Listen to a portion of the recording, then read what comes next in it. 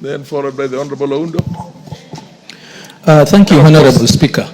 Now that the CS has alluded to the fact that there indeed exists ghost schools and ghost students, can he also provide a list, because they said there's been able to uncover and the process is ongoing, a list of those purported ghost schools and students and where they are supposed to be located? Because from where I sit, there has been a tendency that whenever ghost school is mentioned, it either comes from an area where the CS for Education comes from, the PS comes from, all those close to that office. That is where those ghost schools are. Can you provide a list of how far? Fair enough.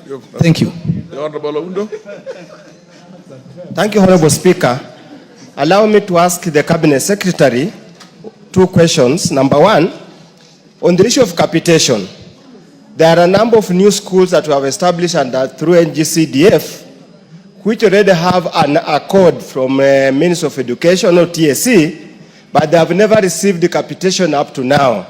I have, for example, two schools in my constituency, Milimani Primary School and Sirekeresi Primary School, that's Funyula constituency, that were given an accord by TSC, and have actually posted teachers, but they have never received the capitation since 2024.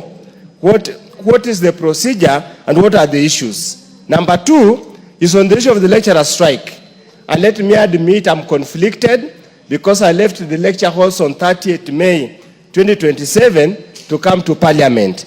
And obviously when I see my colleagues hanging and dancing up and down the streets, it makes me sad, and they keep on calling me that why did you go there and you cannot tetea maslahi yetu. So, Honorable Speaker, you ask a question. Yeah, through you, Speaker, I want to find out,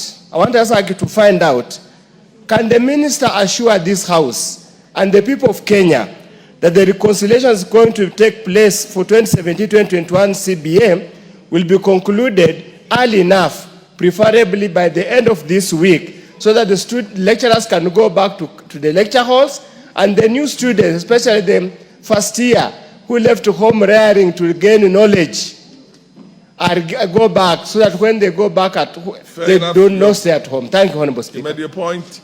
The Honorable Donya, and then followed by the MP for Meru. Thank you, Mr. Speaker. I want the CS for Education to give an answer.